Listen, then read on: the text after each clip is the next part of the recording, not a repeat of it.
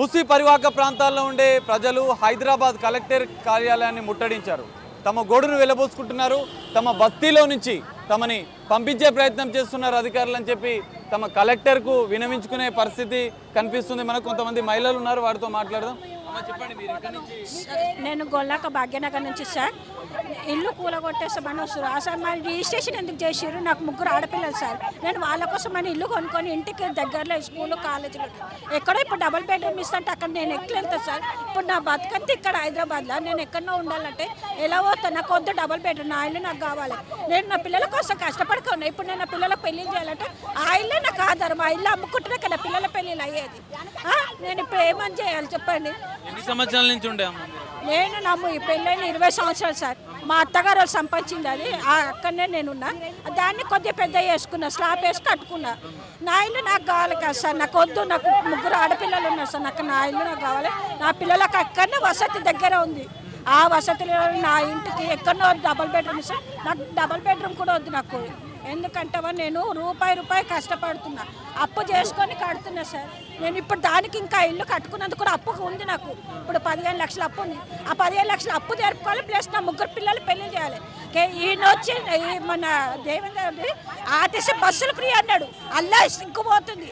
Bus ఎక్కాలంటే ఆడవాళ్ళకు సిగ్గు లేకుండా అయిపోతుంది. బట్టలు ఇప్పుకున్నట్టుంది. వాళ్ళు తిడుతున్నారు, డ్రైవర్ తిడుతున్నారు, కండక్టర్ తిడుతున్నారు, స్టాఫ్ తిడుతున్నారు. ఆ మొగలు అధికారులు వచ్చి ఏం చెప్పిరమ్మా మీకు? వచ్చిరా మీ దగ్గరికి? రాలేదు ఇంకా అధికారులు, కానీ చెప్తున్నారు ఇల్లు కూలగొట్టేస్తామని. ఎవరు చెప్తున్నారు మీకు? అక్కడక్కడ ఏరే వాళ్ళు అది పైకైనా కెమెరా పంపిస్తున్నారు నైట్ టైంలో. ఎందుకు ఇవన్నీ చేసుడు? నువ్వు గోడ పెట్టుకును అక్కడ మందం, నువ్వేమన్నా వేసుకో, నువ్వు పడవ పెడతావా, ఏం చేస్తావు నాకు అవసరం లేదు మాకు. కానీ మా ఇల్లు మాకు కావాలి సార్. ప్లీజ్ దయచేసి ఇదంతా జర ఎమ్మెల్యేలు లోకల్ లీడర్స్ ఉంటారు కదా మీకు, నిన్న కాలేరు వెంకటేష్ వచ్చిండు. వాళ్ళు ఏమంటారు అంటే పోతుంది అంటారు. ఎట్లా పోతుంది? కష్టపడ్డ ఇల్లు ఎట్లా పోతుంది? ఓటుకు వచ్చినప్పుడు అప్పుడు అనలేరా? మరి మీ ఇల్లు పోతుంది, మీరు ఓటు వేయకరమ్మా నాకు అనొచ్చు కదా. మరి ఈ రోజు ఓటు అంతా అయిపోయినాక అన్ని గెలిచినాక మీ ఇల్లు పోతుంది అంటే మాకు గుండె ఎంత పాల్గాలి. మీ ఎమ్మెల్యేని కలిసిరా? అంటే మీరంతా ఇప్పుడు కలెక్టర్ ఆఫీస్ దగ్గరకు వచ్చిరా, మీ ఎమ్మెల్యే కలిసి ఏమన్నా నేను ఉంటా, ఇప్పుడు నేను ఉంటా అంటున్నాడు. ఉంటా అంటే అది కాదు, మాకు హామీ ఇవ్వాలి. ఉంటా అని మాకు బాండ్ పేపర్ మీద రాసియాలి. మరి రిజిస్ట్రేషన్ చేయించుకున్నప్పుడు మీ ఇల్లు పోతుంది, రిజిస్ట్రేషన్ చేయించుకోకాలి అనలేరు. కరెంటు బిల్లు కడతప్పుడు నువ్వు కరెంటు బిల్లు కట్టకు, మరి మీ ఇల్లు పోతుంది అనలేరు. మరి మీ నల్ల బిల్లు కడతారు, కట్టకరి నల్ల బిల్లు ఇల్లు పోతుంది అన్నారు. ఈ రోజు ఇల్లు పోతుంది అని ఎట్లా అంటారు? ప్రభుత్వాన్ని ఏం లేదు సార్, మా ఇల్లు మాకు కావాలంతే. ఒక్కటే, మా ఇంటి జోలికి మీరు రాకండి. మా ఏరియా మమ్మల్ని బతకనియారి. మీ తర్వాత మీరు ఏమైనా వేసుకోరు, ఆ తర్వాత ఎక్కడ ఏముందో అది ఏమైనా వేసుకోరు. దయచేసి ఆయన చెప్పేది ఒకటే ముచ్చట, మా ఇల్లు మాకు కావాలి. అన్న రేవంత్ ప్రభుత్వం వచ్చిన కాడ నుంచి ఏ ఒక్క ఆడపిల్ల కూడా మనశ్శాంతిగా కంటిన్యూ నిద్రపోవట్లేదు, కడుపు నిండా తినట్లేదు. ఈ రోజు మమ్మల్ని రోడ్డు మీద వేసిండు. ఇదేనా మీ ప్రభుత్వం? ప్రజల కోసం 100 మెట్లు నువ్వు దిగు, మీ మేసి గెలిపిస్తే నువ్వు గెలిచి గద్దెనెక్కి ఈ రోజు మా ఇండ్లు కూలుస్తావా? నువ్వు ఇచ్చినావా మాకు ఇండ్లు? అక్రమాలు అంటే నువ్వు ఎక్కడ చేసినా మేము అక్రమాలు ఎట్లా సంపాదించుకున్నావు? నువ్వు అక్రమాలని ఎట్లా అంటున్నావు? నువ్వు వచ్చి చూసినావు అక్రమంగా కట్టుకున్నది మేము. అన్ని రోడ్లు ఎవరేసిరు, కరెంట్ ఎవరేసిరు, నల్లు ఎవరేసిరు, డెనిస్ కలెక్షన్ వేసిరు, ఇవన్నీ ఎవరేసిరు? మేము వేసుకున్నామా? ప్రజల కోసం నువ్వు దిగవా? ఈ రోజు మూసీ నదిలో పారేది మా రక్తం. 4 బిడ్డల్ని చంపి నేను చేస్తా, నా ఇల్లు కూలగొడతా రేవంత్ సర్కార్కు నేను ఇది బరాబర్ చెప్తున్నా. నేను లక్షలు పెట్టి నేను అప్పు చేసి 14 సంవత్సరాల నుంచి ఉంటున్నాం సార్. 2010లో మేము కొనుక్కున్నాం. కొనుక్కొని జాగా కొనుక్కొని ఇల్లు కట్టుకొని అప్పులు చేసి కట్టుకున్నాం. ఈ రోజు కూలుస్తా అంటే అప్పులు ఎవరు కట్టాలి? బ్యాంకులో లోన్లు తెచ్చుకున్నాం, బంగారం అమ్ముకున్నాం, ఊళ్ళో భూములు అమ్ముకున్నాం. ఈ రోజు మాకు ఆస్తి లేదు, మేము రోడ్డు మీద ఉండాలా? ఇప్పుడు రోడ్డు మీద వేస్తావా? ఇదాని గవర్నమెంట్, ఇదాని ప్రజాస్వామ్యం. ప్రజల నాన్న ఆడవాళ్ళని ఇంత ఏడిపిస్తున్నాం. ఒక్కరి కంటిని నిద్ర పోతలేదు. రాత్రి 2 గంటల దాకా ఆడపిల్ల మేలుకతోనే ఉంటుంది. నీ వల్ల ఈ రోజు నీ వల్లనే ఒక్క పండుగ మనశ్శాంతిగా చేసుకుంటలేవు. నువ్వు చేసుకో ప్రక్షాళన, మేము వద్దనట్లేదు. గోడ కట్టుకో, చేసుకో. మా ఇండ్లు కూలగొట్టకుండా నువ్వు చేస్తేనే నువ్వు నిజమైన సీఎంవి. ఈ రోజు నువ్వు వచ్చి ఇండ్లు కూలగొడతా, ఇవి కూడా కొడతా, ఎవరికి చెప్పి కూలగొడతావు? వచ్చి బకెట్లు పెట్టుకొని పెయింట్ ఏమైనా అయిపోయిందా? ఏం చూసేస్తున్నావు? పెయింట్ అధికారులు మిమ్మల్ని ఒప్పించే చేస్తామంటున్నారు. మీకు సార్ మాకు వద్దే వద్దు, మాకు వద్దే వద్దు. ఈరోజు మా లక్షల ఇండ్లు కూలగొట్టి నువ్వు ఎక్కడో చెట్లలో వేస్తే పొద్దుగాల 6 గంటలకు పోతే రాత్రి 6 గంటలకు వస్తాం. పిల్లల్ని వదిలేసి కడుపులో పిల్లల్ని పెట్టుకొని పని చేసుకున్నాం మేము. ఇప్పుడు ఎక్కడ పోయా వేస్తే మేము ఎట్లా ఉండాలి? ఎక్కడికి వస్తాం? ఎవరు వస్తారు? ఇంత దూరం ఎవరు వస్తారు? మా పని ఎక్కడ పోవాలి? మా పిల్లల చదువులు ఎక్కడ పోవాలి? మా భర్తలు ఎక్కడ పోవాలి? డబుల్ బెడ్రూమ్ మాకెందుకు సార్? డబుల్ బెడ్రూమ్ కాకుండా మీకు ఎంత ల్యాండ్ ఉందో అంత ల్యాండ్ ఇచ్చి ఇల్లు కట్టిస్తామంటున్నారు, అట్లా ఓకే అంటున్నారా మీరు? దాన్ని గవర్నమెంట్ దిగి చెప్పాలి సార్, ప్రజలకు సమాధానం చెప్పాలి.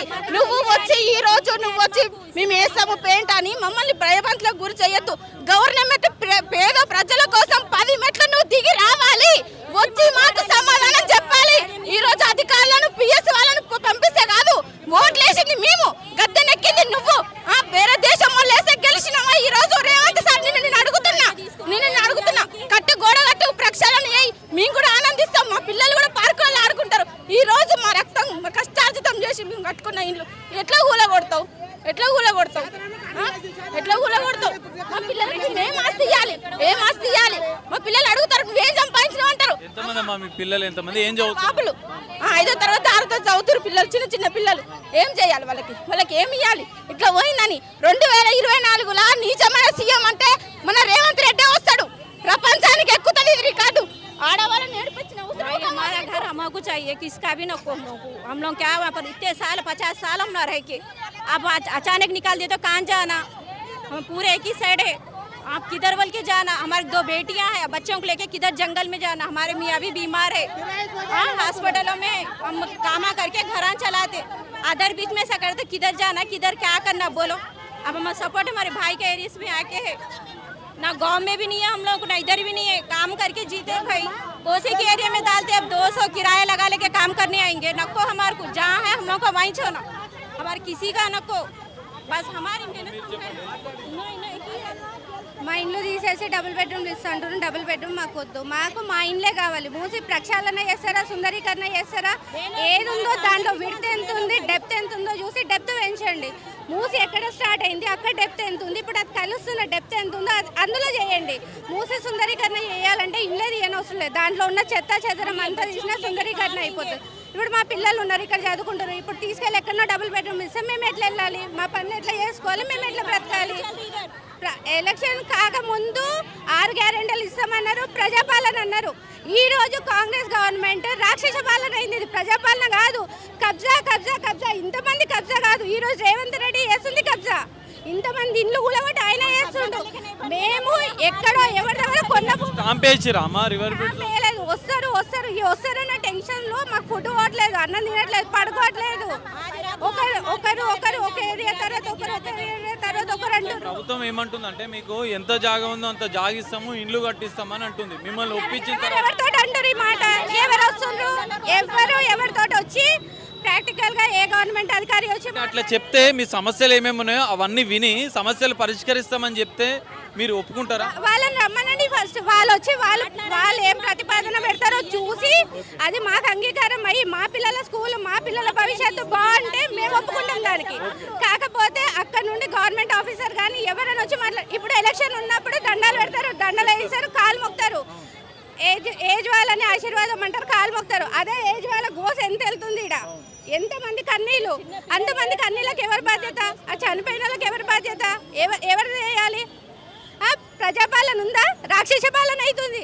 మళ్ళీ నెక్స్ట్ ఎలక్షన్లో కాంగ్రెస్ ఉంటుంది. అసలు వెతికి కార్డు గెలిపిస్తారు జనాలను. న్యాయం చెయ్యాలి.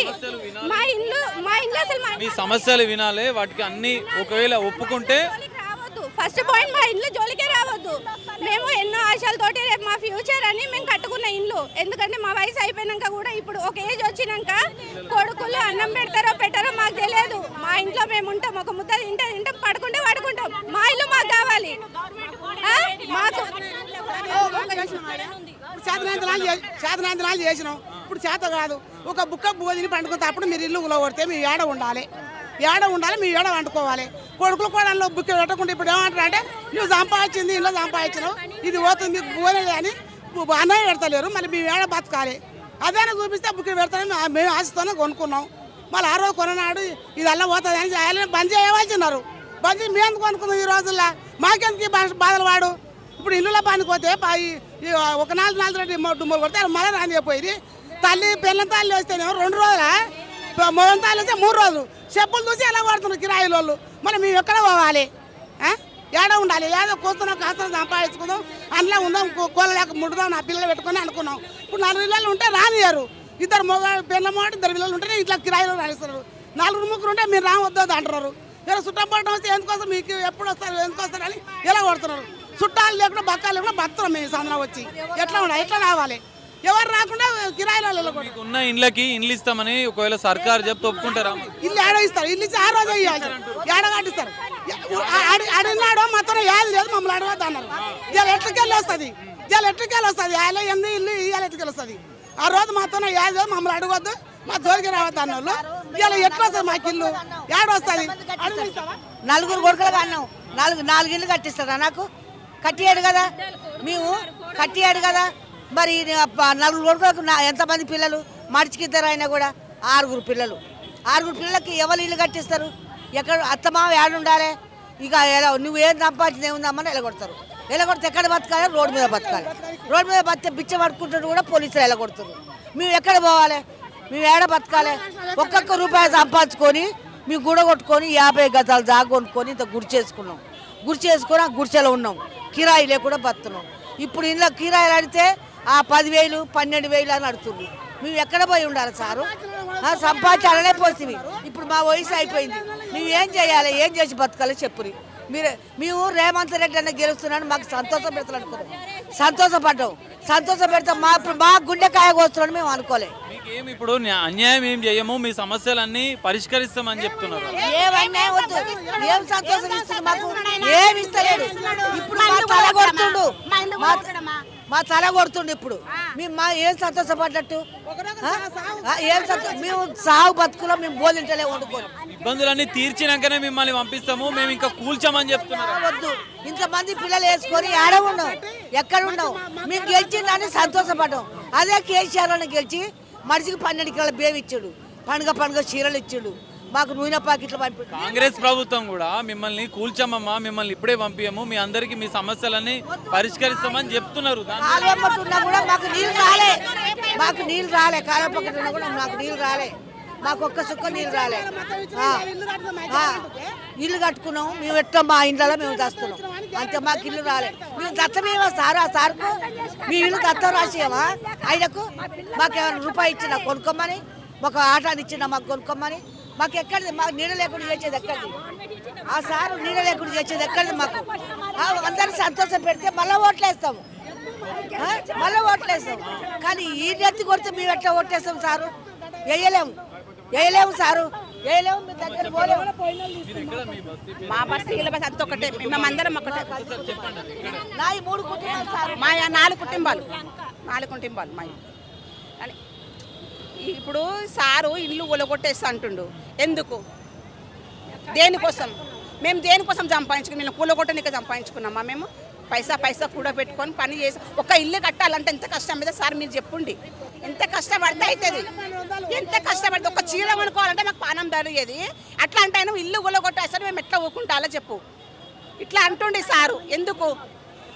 ఎట్లా బతాం? ఒక ఇల్లు మీరు ఎన్ని సంవత్సరాలు అయింది? మీరు ఎన్ని గజాల ఇల్లు మీది?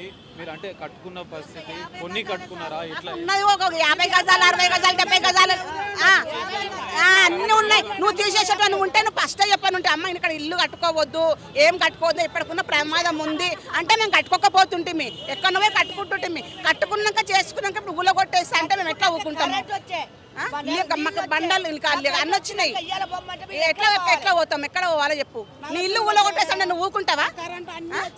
ఇంత కష్టపడి మేము కడుపుకు తినకుండా మేము పెట్టుకున్నాం తెలుసా ఇల్లుకు? తెలుసు కదా సార్ మీకు అందరికీ. ఎంత కష్టపడితే ఎంత పైసలు వస్తున్నాయి. మనం అంత పైసలు ఇంత మీకు చేసుకోవాలా? మేము ఇల్లులో పని చేసి బతుకుటోళ్ళము. ప్రభుత్వం ఏమంటుంది అంటే మీ ఇబ్బందులను ఇని మీకు మహిళలకు కూడా ఏమైనా లోన్లు ఇచ్చి మీకు ఉపాధి కూడా కల్పిస్తామని అంటున్నారు. ఏ ఉపాధి వద్దు, అదే ఉపాయం అంతే. అదొక్కటే మాకు. ఏ ఉపాయం వద్దు, ఏ పైసా వద్దు, ఏమి వద్దు. మా ఇల్లు ఎందుకు కాదు ఆడపెట్టే చాలు. ఆయన ఏమో చేస్తా అంటుండు కదా, దాంట్లోనే చేసుకోమను. కానీ మా ఇంట్లో జోలికి మాత్రం రావద్దు. ఆ సారికి దండాలు పెడుతున్నాం అంతే. నేను మీ అడుకొచ్చుకొని తిన్నా పర్వాలేదు కానీ మా గుడిసె మాకుంటే చాలు అంతే. మాకు ఇంకా ఏం ఆయన ఇచ్చిన మాకు వద్దు. 40 ఏళ్ళ నుంచి ఉండి పొమ్మంటే ఎక్కడ పోతాం మేము? మీరే చెప్పుకోండి ఎక్కడ పోవాలి? ఎమ్మెల్యేలు అక్కడ మీరు అంబర్పేటకు సంబంధించిన వాళ్ళు ఉన్నారు కదా, వాళ్ళని అడిగిరా పోయి మరి ఇట్లుంది మా పరిస్థితి వచ్చినా ఉన్నామమ్మ మేము ఉన్నామమ్మ మేము ఉన్నాం. మా బుగులు మాకు ఏ నైట్ వస్తారో ఏ పగులు వస్తారో అట్లా కాదు. ఏమని అంటున్నా అంటే ఏం భయపడకురమ్మా, మీ ఇండ్లు ఎక్కడ పోవు అని అంటున్నాను. నేను మీ ఇండ్లు పోకుండా నేను అపాయం ఇస్తామని అంటలేడా సారు? అంటలేడు. మీ ఇండ్లు పోకుండా కలిసిన మాట్లాడినాం. సావులు ఇబ్బంది, సావులు మాకు పర్వాలేదు, మేము చచ్చేవాడుగా పర్వాలేదు. మేము చెప్తాను సార్, మా సావులకే వచ్చింది. మా ఇల్లు పోయినాక మేము బతికి ఉడికి ఏం లాభం? ఊళ్ళకపోతే ఉమ్మిస్తున్నారు. వయసు అయిపోయింది. వయసు అయిపోయినాక ఏముంది సార్ మాకు? ఏమన్నా ఉంది? మనవరాళ్ళు అయిరి, మనవలు అయిరి, ఏమన్నా ఉందా సార్ మాకు? చెప్పురు. మాకేముంది? పిల్లల కోసం భవిష్యత్తుకి మేము కరోనా వచ్చినప్పుడు పుస్తకాలు అమ్ముకొని మేము తిని బతికిన వాళ్ళం. ఇవాళ రోజుకు మాకు ఇంత గూడు సంపాదించుకుంటే గూడు గోల కొడతారంటే ఎక్కడ పోవాలి సార్? మేము ఎక్కడ పోయి బతకాలి? మేము ఏం కూలినాలు చేస్తాం కాదు, మాకు వయసు అయిపోయింది. కొడుకులు పెట్టాలంటే నువ్వేం సంపాదించిన అమ్మ అంటారు. మరి మేము ఏం చేయాలి? మాకు ఓలు పెట్టాలి సార్ చెప్పి, మాకు ఓలు పెట్టాలి. గోడలు ఉన్నాయి అన్నీ అమ్ముకుని ఇల్లు కట్టుకుంటాం, ఇంత గూడు వేసుకుంటాం. అవన్నీ ఎక్కడ పోవాలి సార్? మేము ఎట్లా బతకము సార్? మేము కాదు సారు, మేము గెలిచాలని సరే రేవంత్ రెడ్డి సార్కి వేసినాం మాకు సంతోషం పెట్టాలి. కానీ మమ్మల్ని ఇట్లా కన్నీరు పెట్టించేది ఎక్కడ సార్? ఆయన కన్నీరు పెట్టించేది ఎక్కడిది? మేము ఏం తిని బతకాలి? ఒకరు ఇప్పుడు అది బోళ్ళ పండుగ కాంచి మమ్మల్ని నివస పెడుతుండు. తిన్నిస్తలేడు, తాగనిస్తలేడు, ఏం చేయనిస్తలేడు. పని పోదామన్నా కూడా చేత కట్టలేదు, వండుకుందామన్నా చేత కట్టలేదు, కడుపు తిందామన్నా చేత కట్టలేదు. ఎప్పుడు వచ్చి కూలగొడుతుండో ఎప్పుడు వచ్చి కూలగొడుతుండో అని మేము ఇట్లా భయం అవుతుంది మాకు. మా పిల్లలు ఎక్కడ పోవాలి? నా కొడుకులు ఎక్కడ పోవాలి? మేము అందరం అక్కడ ఉండి నా పిల్లలు చదివించుకుంటుంటే నా పిల్లలు ఎక్కడ పోవాలి? నా కోడళ్ళు ఎక్కడ పోవాలి? నా కొడుకులు ఎక్కడ పోవాలి? నా ముసలోడు ఉండి ఆడెక్కడ పోవాలి? మేము ఎట్లా బతకాలి సారు? ఎక్కడ పోయి తీసుకుపోయాలని చెప్పు. ఆడనే చదువుకుంటారు, ఆడనే ఉంటున్నారు, ఆడనే బతున్నారు. మేము ఏం చేయాలి సార్ ఇట్లా అంటే? మాకు రేవంత్ రెడ్డి అంటే మాకు సంతోషం పెడతారు అనుకున్నాం కానీ ఈ దుఃఖం పెడతారని అనుకోలేదు సారు. ఈ దుఃఖం పెడతారని మేము అనుకోలే. మమ్మల్ని ఇంత దుఃఖం పెట్టి మమ్మల్ని ఇంత హింసిస్తుండు, మమ్మల్ని ఇంత హింసించి మమ్మల్ని ఇంటి బాధలు పెడుతుండు. రాష్ట్ర ముఖ్యమంత్రి గారు రేవంత్ రెడ్డి గారు హైదరాబాదు సుందరీకరణ చేసి ప్రపంచాన్ని ఆకర్షించే పద్ధతిలో మూసీని అభివృద్ధి చేస్తాను, 2 వైపులా పార్కులు రోడ్లు వేస్తానని చెప్పి ఏదైతే చెప్తా ఉన్నాడో దాన్ని స్వాగతిస్తూ ఉన్నాం. కానీ పేదవాళ్ళ ఇల్లు ఏ ఒక్కటి కూడా తీయడానికి వీలు లేదు. హైదరాబాదు అవతల 30 కిలోమీటర్ అవతల ఇల్లు ఇస్తానంటే వాళ్ళ ఉపాధి ఏం కావాలి, వాళ్ళ చదువులు ఏం కావాలి, వాళ్ళ ఇతర వస్తువులు ఏం కావాలి? కాబట్టి హైదరాబాద్ ఇటు అవతలకి పోయేది లేదు. మా ఎన్నో ఇండ్లు ఇప్పటి వరకు ఈ 70 సంవత్సరాల్లో ఏ ఒక్కరికి ఇండ్లలోకి వాటర్ రాలేదు. మా అంబర్పేట ప్రాంతంలో అన్ని సురక్షితమైన ప్రాంతాలే ఉన్నాయి. కాబట్టి అయినప్పటికీ మీ అధికారులు వచ్చి భయభ్రాంతులకు గురి చేస్తూ ఉన్నారు. కాబట్టి ఈ సుందరీకరణ పేరు చెప్పేసి కాళేశ్వరంలో గత ప్రభుత్వం ఏ రకంగా చేసిందో మళ్ళీ అదే రకమైన ఈ ప్రాంతం చేస్తుంది. కాకతీయ ఏది మన కాళేశ్వరం ప్రాజెక్టు కోసం 1000 కోట్లు అప్పు చేశాడు. ఇప్పుడు ఈ మూసీ పేరుతో కూడా నువ్వే అప్పు చేసి ఈ రాష్ట్రానికి భారం చేయబోతా ఉన్నావు. కాబట్టి ఏ ఒక్కరి ఇల్లు తీయకుండా మూసీ పరివాహక ప్రాంతాల్లో పహారీ కూడా నిర్మాణం చేపట్టాలి. దాదాపు మేము సహకరిస్తాం. ఈ బఫర్ జోన్ అని చెప్పి FTL అని FTLలో ఉంటే తీయండి, బఫర్ జోన్ ఏ ఒక్కరు కూడా ఇల్లు తీయొద్దని చెప్పేసి మేము డిమాండ్ చేస్తూ ఉన్నాం. లేకపోతే 2013 చట్టం ప్రకారం ఏదైతే కేంద్ర ప్రభుత్వం తీసుకొచ్చిందో ఆ చట్టం ప్రకారం ప్రజలతో వాళ్ళ అభిప్రాయం తీసుకున్న తర్వాతనే ఇల్లు తీయాలని చెప్పేసి మేము డిమాండ్ చేస్తూ ఉన్నాం. ప్రభుత్వం చెప్తుంది కొంతమంది అంటే బస్తీ వాసులకు నిర్వాసితులకు అన్ని రకాలుగా ఆదుకుంటాం, ఒకవేళ భూమి లేని వారికి భూమి ఇస్తాం, స్థలం ఇస్తాం, ఇండ్లు కట్టిస్తాం, వాళ్ళ ఉపాధి కూడా కల్పిస్తామని చెప్పారు. అంటే బస్తీ వాసులు దానికి ఒప్పుకునే అవకాశాలు కనిపిస్తాయి. హైదరాబాదు ప్రాంతాల్లో అనేక ప్రాంతాల్లో గుడిసెలు ఉన్నాయి, తీసేసిరు. వాళ్ళకి ఇప్పటికే గతంలో డబుల్ బెడ్రూమ్ ఇచ్చిన ఏ సౌకర్యం లేదు.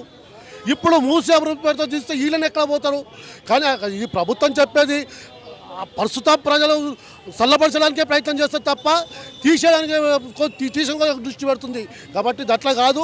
ప్రభుత్వం ప్రజలకు పూర్వ నష్టపరిహారం అసలు నష్టపరిహారంగా ఒప్పుకోవట్లేదు. ఒప్పుకున్నా అది అత్యవసరం అయితే తప్ప 1-2 ఇళ్ళు ఏదైనా ఆలోచిస్తారు తప్ప ఏ ఒక్కరు తీసినా మేము ఒప్పుకునేది లేదని చెప్పేసి హెచ్చరిస్తున్నాను. మూసీ నదికి సంబంధించి ఇప్పుడు అడిషనల్ కలెక్టర్ని కలిసి మాట్లాడాం. ఆయన చెప్పేది ఏంటంటే బఫర్ జోన్లో ఉన్న వాళ్ళకి ఇంకా మేము నిర్ణయం తీసుకోలేదు, కానీ ఆలోచన ఏంటంటే మీకు డబుల్ పేమెంట్ ఇచ్చి స్ట్రక్చర్ వాల్యూ ల్యాండ్ వాల్యూకి డబుల్ పేమెంట్ ఇస్తామని చెప్తున్నారు. ఎఫ్టీఎల్ ఉన్న వాళ్ళకి డబుల్ బెడ్రూమ్ ఇస్తామని చెప్తున్నారు. మేమేం చెప్పామంటే వాళ్ళకి మూసీ నది ఎఫెక్ట్ అవుతున్న బస్తీలలో మీరు ఆలోచించండి. అంబర్పేట ప్రాంతంలో కానీ మిగతా ప్రాంతాల్లో మూసీ వరదలు వచ్చినప్పుడు ఏ ఒక్క బస్తీ మునగలేదు. మునిగని బస్తీల్ని మీరు తీయొద్దు, మునిగని బస్తీల్ని మీరు ఎఫ్టీఎల్ నుంచి తీసేయండి. అసలు ఎఫ్టీఎల్ గానే కాదు, అది పాత రికార్డులలో అది ఎఫ్టీఎల్ అయి ఉండొచ్చు. ఇప్పుడు అది ఎక్కడ ఏ వరదకి 2000 సంవత్సరాల వరద వచ్చింది, 2020లో వరద వచ్చింది, ఏ ఒక్కరోజు కూడా బస్తీలోకి నీళ్లు రాలేదు. ఇంకా మూసీ ఎఫెక్ట్ అవుతున్నట్టు ఎఫ్టీఎల్ కిందకి ఎందుకు తీసుకుంటారు? రెండోది, మూసీ నదిలో వరద పారడానికి కావాల్సిన సఫిషియెంట్ ల్యాండ్ ఉంది అక్కడ, దాంట్లో నుంచి వరదను పారించనియండి. అంతేగాని ఇప్పుడు ఇళ్ళని బీకేసి మీకు డబుల్ బెడ్రూమ్ ఇల్లు అంటున్నారు. ఆల్రెడీ ఇల్లు ఉన్నాయి, మా ఇల్లు కూలగొట్టి మాకెక్కడ 30 కిలోమీటర్ దూరం మాకెందుకు ఇల్లు? అందుకని ప్రజలు ఎవరు కూడా డబుల్ బెడ్రూమ్ ఇళ్ళకి అంగీకారం లేదు. ఎఫ్టీఎల్లో కానీ బఫర్లో కానీ మూసీ ఎఫెక్ట్ కానీ బస్తీలు తొలగించడానికి మేము అంగీకారం లేనే లేదు. కార్పొరేషన్ నుంచి రుణాలు ఇస్తాం, మహిళలకు కూడా రుణాలు ఇస్తాం, ఆ కుటుంబాలని అన్ని రకాలుగా ప్రభుత్వం ఆదుకుంటుంది. మీరు రుణాలు ఇచ్చేది ఎవరికి? అవసరమైనోడికి ఇవ్వండి. మూసీలో వీళ్ళని అసలు లేని వాళ్ళని మీరు బాధితులుగా ఎందుకు మారుస్తున్నారు? అసలు బాధితులుగా మార్చి వాళ్ళకి మేమే సహాయం చేస్తూ ఉంటాం. మేము బాధితులం కాదు, మేము ఎప్పుడో కొనుక్కొని ఇల్లు కట్టుకున్న వాళ్ళకి మాకేం బాధితులం? మీరు మాకు సహాయం చేయడం ఏంటి? మేము కొనుక్కున్నాం కట్టుకున్నాం, లక్షల రూపాయలు పెట్టి ఉంది. ఇప్పుడు మమ్మల్ని కూలగొట్టి మమ్మల్ని బాధితుల లిస్టులోకి పంపించి మీకు సహాయం చేస్తామనంటే ఆ సహాయం అవసరం లేదంటున్నాం. మీరు నగరంలో పేదలు చాలామంది ఉన్నారు, ఇల్లు లేని వాళ్ళు ఉన్నారు, కిరాయి ఇళ్ళు ఉంటున్న వాళ్ళు, వాళ్ళకి డబుల్ బెడ్రూమ్ ఇవ్వండి, వాళ్ళకి సహాయం చేయండి. అవసరం లేదు, వీళ్ళు బతికేది వీళ్ళు బతుకుతున్నారు, వాళ్ళని ఎందుకు తొలగించాలి ఇప్పుడు అని అంటున్నాం. మూసీకి మేము మా వల్ల మూసీ ఏమైనా నష్టం జరుగుతుందో? ఏమీ లేదు. లేనప్పుడు ఎందుకు తీసేయడం, ఎందుకు మమ్మల్ని బాధితులను చేయడం? మూసీ సుందరీకరణ విషయంలో మూసీ సుందరీకరణ, మూసీని ముందు శుద్ధీకరణ చేయండి, శుద్ధి చేయండి. సుందరీకరణ కావాల్సింది. సుందరీకరణ అంటే ఏంటంటే మీరు హోటళ్ళు, టూరిజము, పెద్ద పెద్ద స్కై స్క్రాపర్స్, భారీ భవనాలు కడతారు. ఆ సుందరీకరణలో మాకేంటి భాగస్వామ్యం? మీరు ఒక భారీ అపార్ట్మెంట్ మూసి పక్కన కడతారు, మా అందరికి అందులో ఫ్లాట్లు ఇవ్వండి, మా ల్యాండ్ ఇస్తాం. మీ సుందరీకరణ మాకు లాభం జరగాలి, మాకు అందులో భాగస్వామ్యం కావాలి. మా భాగస్వామ్యంలో మమ్మల్ని తీసి సిటీ బయటికి పంపిస్తారు. మీరేం భారీ భవనాలు కట్టుకొని మీరు పెద్ద పెద్ద వాళ్ళందరికీ టూరిజం ప్యాకేజీల కింద అమ్ముకుంటారు. మాకేం లాభం దానివల్ల? అది అవసరం లేదు. ప్రభుత్వాన్ని ఏం విజ్ఞప్తి చేస్తున్నారు? మూసీలో ఈరోజు ఉన్న పేదవాళ్ళని, మధ్యతరగతి వాళ్ళని, వరద ప్రభావితం కాని ఇళ్ళని ఎక్కడ కూడా ముట్టుకోవద్దు, మీరు స్టాప్ చేయండి. ఎప్పుడు వచ్చి రెడ్ మార్కింగ్ పెట్టి భయభ్రాంతులు చేయడం మానేయండి. మూసీ అభివృద్ధి కోసం మీరు చేసే చర్యలు, మూసీ ప్రక్షాళన జరగాలి, మూసీ అభివృద్ధి జరగాలి. దానికి సిటీలో ఉన్న ఎమ్మెల్యేలతోటి, కార్పొరేటర్లతోటి, ప్రజాప్రతినిధులతోటి, వీలైతే బస్తీ వాళ్ళ యొక్క వాళ్ళతో మీటింగ్ పెట్టండి. వాళ్ళంతా స్టేక్ హోల్డర్స్ కదా, వాళ్ళతో మీరు మాట్లాడకుండా మీరేదో కన్సల్టెంట్లతో మాట్లాడి వాళ్ళు ఇచ్చిన రిపోర్ట్ ఆధారంగా బుల్డోజర్లు పంపిస్తాం, ఖాళీ చేపిస్తామంటే ఇదేం ప్రజాస్వామ్యం? ఇదేం ప్రజాపాలన? ఇది అన్యాయమైన పాలన కదా. ఇట్లాంటి పాలన వద్దు. ప్రజలతో చర్చించండి, మీటింగ్ పెట్టండి, ఆ తర్వాత మీరు ఒక నిర్ణయానికి రండి. ఇది అంబర్పేట్ న్యూ తులసి నగర్కి సంబంధించినటువంటి మూసీ పరివాహక ప్రాంతాల్లో ఉన్న బస్తీవాసుల పరిస్థితి. కలెక్టర్ ఆఫీస్కి వచ్చారు, కలెక్టర్కు తమ సమస్యలను విన్నవించారు. మూసీ సుందరీకరణ, మూసీ ప్రక్షాళనకు తాము వ్యతిరేకం కాదు, కానీ తమ సమస్యలు వినాలి, తమ సమస్యలన్నింటినీ పరిష్కరిస్తామని హామీ ఇచ్చిన తర్వాతనే తాము ఒప్పుకుంటాం, లేదంటే తమ ఇండ్లను వదులుకునే ప్రసక్తే లేదని చెప్తున్న పరిస్థితి కనిపిస్తుంది. అసలైన తొలి వెలుగు. ఫాలో వాట్సాప్ @తొలి వెలుగు official.